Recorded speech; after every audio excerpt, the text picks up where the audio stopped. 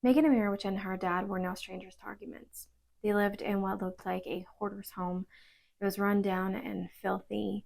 Megan's father, Konrad, had a heavy dependence on alcohol, and that was the driving factor for a lot of their arguments most of the time. But it was Megan's 18th birthday, and Konrad chose the bottle over keeping his promise to his daughter. And this enraged Megan. It enraged her enough to throw a substance on her father that would eat away at his skin. And this would leave him with 5 months of infections, the amputation of both of his legs, a tracheotomy, dialysis, skin grafts, endless pain, and ultimately death. So go ahead and grab your cup of coffee because it's time for your true crime coffee break here on Crime Cafe with Krysten Quinn.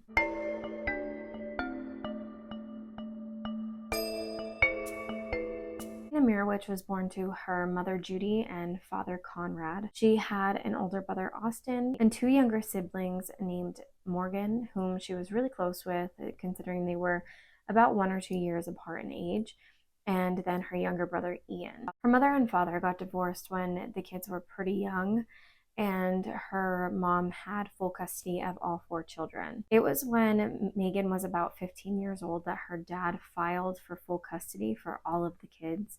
It's not said why or what happened, but the two parents came to an agreement that the kids were old enough to decide who they wanted to live with, and Megan and her older brother Austin decided to go live with their father. This was in Groveland Township, just northwest of Detroit, while Morgan and Ian, the younger siblings, stayed with their mom. Now, to be blunt, this family had a lot of issues. A lot of the issues weren't discussed in the court or anything like that, so there's not a lot of information on the issues of the family.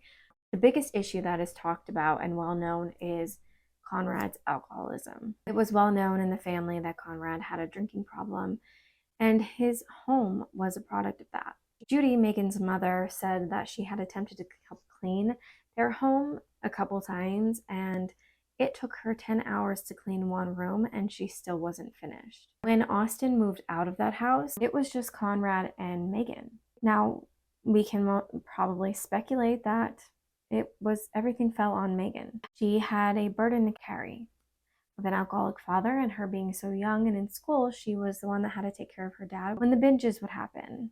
She was the one that had to clean the house or didn't clean the house. The house that they lived in was despicable. It was a place no one should live. It was filled with garbage, rotting food, bags of human feces, and I would imagine a few rodents and mold and things like that. It wasn't an environment for anyone to live in, let alone a child. On September 29th, 2021, Megan turned 18. She was planning a big birthday party, and it was going to happen the next night. She was going to throw a huge party in a hotel room, like not a fancy hotel or anything like that, but she rented a hotel room, and her and her friends were going to party in it. So Megan made a hair appointment for earlier in the day of October 1st, so she could look and feel her best for her big celebration. Megan didn't drive, so her dad had promised that he would drive her to her hair appointment. So Megan gets ready for her hair appointment. It was for 10 o'clock in the morning, and she goes downstairs to get her dad and head out, but her dad wasn't ready to go. Instead, Konrad was passed out, drunk, and naked on the couch. Now, Megan at this point is completely infuriated with her dad. She starts to yell and scream at him, and this wakes her dad up for a bit, and they're arguing with each other. Mind you, he's completely loaded. He isn't really coherent and is pretty much in and out of consciousness during this argument, and this makes Megan even more angry to the point of utter rage. Now she begins to grab things like surrounding that area, and there was a lot of things surrounding that area. She just picks up stuff and starts throwing it at her dad. Konrad stays sleeping on the couch, or should I say completely just passed out, intoxicated. So Megan decides to grab her things. She calls up a friend and to see if that friend will take her to her hair appointment. The friend says yes, and she leaves and goes to get her hair done. The A few hours later, Megan goes to pay for the hair appointment and the card isn't working. She doesn't remember the PIN number. So she's calling her dad to see what the PIN number is and he's not answering. So Megan finally calls a friend who is also a neighbor right down the road. Her name's Kayla. She calls her and asks her to go to her house and just walk in and go check on her dad and to see what the PIN number is because she can't remember it. So Kayla says, yeah. She runs over to the home and she walks in. She goes straight up the steps. When she gets up to the top of the steps, she makes a left. And this is when Kayla becomes completely shocked. Konrad is covered in what looks like burns. He was laying on his belly, but like more on his left side. So his back area, all of his back would be facing you if you're looking at him from the couch. He's towards the inside of the couch. He's covered in burns. His legs were green and his hands and fingers were red and purple. Kayla immediately calls Megan, who acts like she has no idea what's going on. So Kayla hangs up with Megan and she makes a phone call to her own mom and she calls Megan's brother Austin, who tells her to call 911 immediately. And so she does. So the paramedics come and they take Konrad to the hospital.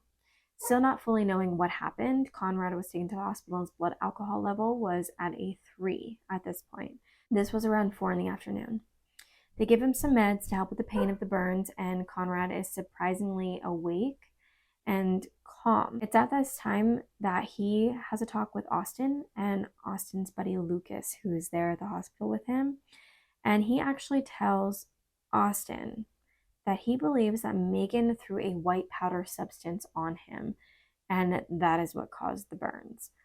Now, a nurse is standing really close to them and overhears this conversation. So because she is a nurse, she needs to report this because it is no longer an accident or anything like that. She believes that it is actually an assault. So she immediately calls the cops and she calls the poison control.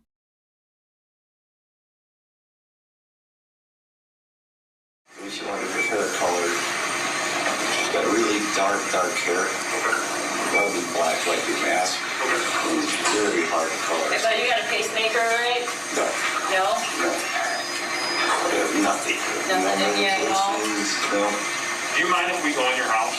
No, go ahead. Okay. Door's open. That's fine. And so I don't know. Last night, she threw a bunch of stuff at me, got mad. What do you like stuff meaning? There's she rearranged her bedroom, so there was a mattress on the wall. She got went crazy on that stuff. I've asked her to take out the garbage several times, and that hasn't been working. But Is this kind of? I'm trying to gauge this. Is this a normal behavior that she would throw stuff on you to burn you? No. She usually gets an argument. Okay. I get mad at her, she gets mad at me. We badmouth each other. It's about normal. Okay. Right? But this is new. Okay. This is very good. So, last night I had half a Smirnoff. Put the bottle down. Put the cork back out. Fit the Smirnoff? No, that was a little. Oh, the airplane size? Yeah, no, that was the Smirnoff. What do you call it? Ice. Oh, beer, like the beer thing. Beer. Yeah. Yeah, like the seltzer. The seltzer, right? Sure. Lemonade. So I watched the movie, shut off my phone, call it a night, pretty early. And this morning, I got up, finished my Smirnoff, watched the rest of the movie, went back to that. And then, next I know, I got all kinds of people in the house with, Were you sleeping when this happened, or were you Yes. unconscious? No, sleeping. I wasn't unconscious. I didn't have anything to drink. I don't have half a Smirnoff. Give me a break. I was thinking about getting her some breakfast and stuff, or making some. I was going to get her breakfast because I was got the 2 for $5 thing going. Keeps, so I was going to do that. Well, you don't want to smoke too much. Okay. I won't bother you that much. All I need, if you don't remember, you don't remember. All I just want to know if we could go into your house to investigate what happened. Go ahead. Okay. The door is open, right, Austin? So I'm locked. The door is open, yes. I have... There's a bunch of cats. Let me talk to him and then we'll talk out there. All the cats can go out except for a little gray one. Okay. She's tiny. Right. That one, she's not old enough to go outside yet. Okay. Right. But Do you mind if I see your hand? If you just want to flip it. pull this cover off. I can't get it. The legs. Carefully Show the legs. Are you wrapped up in this? Yep, good. Wrapped up. You're wrapped in like a bungee or what? Can you see that good enough, or do you need a little more? It's like this on the other leg. It gets to the foot. Is he okay to lift that up like this? You see it? Yeah. All right. Do you have it on your back? You don't have to get up, but I'm just asking. It's hard to hear. I don't know. I got it on my, you can see my shoulder if you wanted to fall down. It's okay. Can I show him the pictures that I took? Yes, you can. Perfect. Okay, I will. I appreciate it. You get better, and I'll keep in contact with your family. Okay. All right, tell us. Yep. All right. All right. Feel better. Okay. Konrad was then transferred to a different hospital that had a burn unit after the ER doctor from the first hospital declared that he had 3rd and 4th degree burns on over 41% of his body. So when Konrad is asked what happened, he's kind of all over the place because he is still intoxicated. At this point, his blood alcohol level is at a 0.225. And so at one point he would say that he was sleeping the entire time. And then at another point he would say that he was up and awake and fighting with Megan, and that he remembers her throwing things at him. And then at another point he would say that he was actually awake and getting ready to go make breakfast. And then he would say he was sleeping the entire time again. So he was kind of all over the place, not really remembering exactly what happened. But he did say that he does strictly remember having an argument with Megan, and that was nothing new. They argued all the time. The police officers find out where Megan is. They found out that she was at a hotel celebrating her birthday.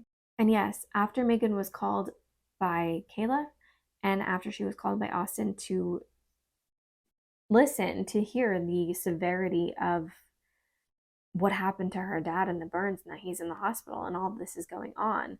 He has burns over 41% of his body, and she still decided to go to the hotel room and party with her friends for her birthday. I don't think so. Do you remember throwing anything at him like caused like a white powder though?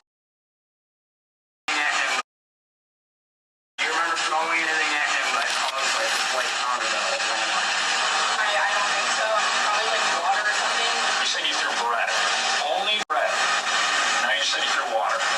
If you tell us the truth, it will be better for you, okay? Rather than lying and then we're beating around the bush and then we're out here for hours on end when we can just figure out what's actually going on, okay? That's why we're here. We're just figuring out what's going on. So you want to restart and tell us what happened? It was on and off. He would fall asleep in place and then he'd wake up. It wasn't like he was fully awake. Obviously he was intoxicated. So was he coherent or was he just totally like, he was out of it? Was there any white substance that flew out of something when you threw something at him or anything? We're trying to help your dad out here. I think so, yeah. Okay. As you can see in the body cam footage, Megan says that she threw a loaf of bread and maybe some water at her dad. Eventually, she comes around and she does admit that she threw some kind of powder at him, near him, she says. She threw it near him. Says that it mostly went on the couch and his lower legs, and states that she really didn't know that it was going to do that to his skin. Now, the thing that gets me here is that she says that she didn't know that it was going to do that to his skin and everything, but When she threw that at him, she threw that, I mean, it went all over him, mostly on his legs, but it went all over him. The white substance, which is found out to be lye.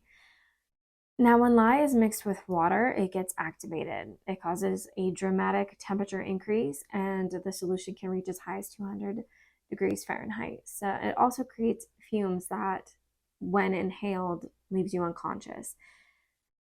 So she said she didn't know that it was gonna happen to his skin and everything, but it seems to me that she knew to, once she threw the white powder on his body, she knew to throw the water on his body as well. That just sticks out to me. It doesn't sound right to me. And also, the can of lye has a skull and crossbones on it. It is clearly poisonous. It says exactly what will happen. And she continued to throw that on top of her dad along with some water. Megan was arrested at this point and taken to the Oakland County Jail and charged with 1 count of assault with intent to do great bodily harm, less than murder, and 1 count of domestic violence. She received a $75,000 bond and was released of course pending further court proceedings. And Konrad was in the burn unit from October 1st, 2021 to March 3rd, 2022. So he was in there for 153 days.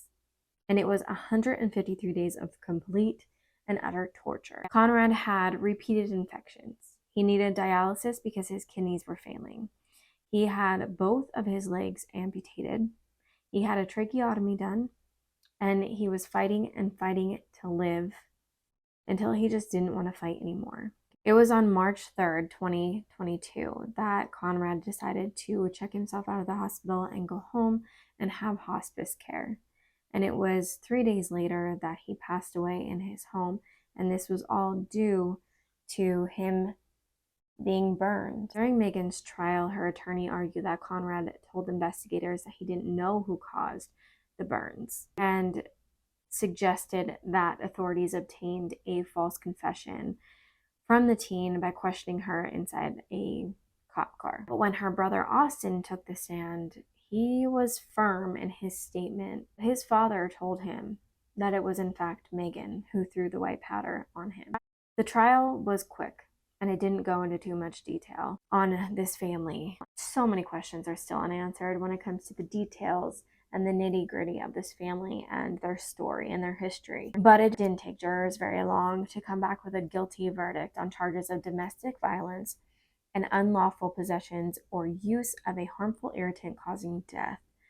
During the reading of the verdict, Megan closed her eyes and appeared to fight back tears. Her sentencing is going to be held on July 25th, 2023. So I want you to tell me everything that you think of this case. Do you think she meant it? Do you think she knew she was throwing powder on her dad that would eat away at his skin? Do you think she knew that and continued to go out and party for hours? Get her hair done, go party with friends, drink, do all the things, when this powder was just sitting on her dad, burning his flesh off? Or do you believe that this was a terrible mistake? That a teenager let her emotions and anger and resentment get out of control? Please let me know what you think happened. Until your next True Crime Coffee break, please stay safe, and thank you so much for your time.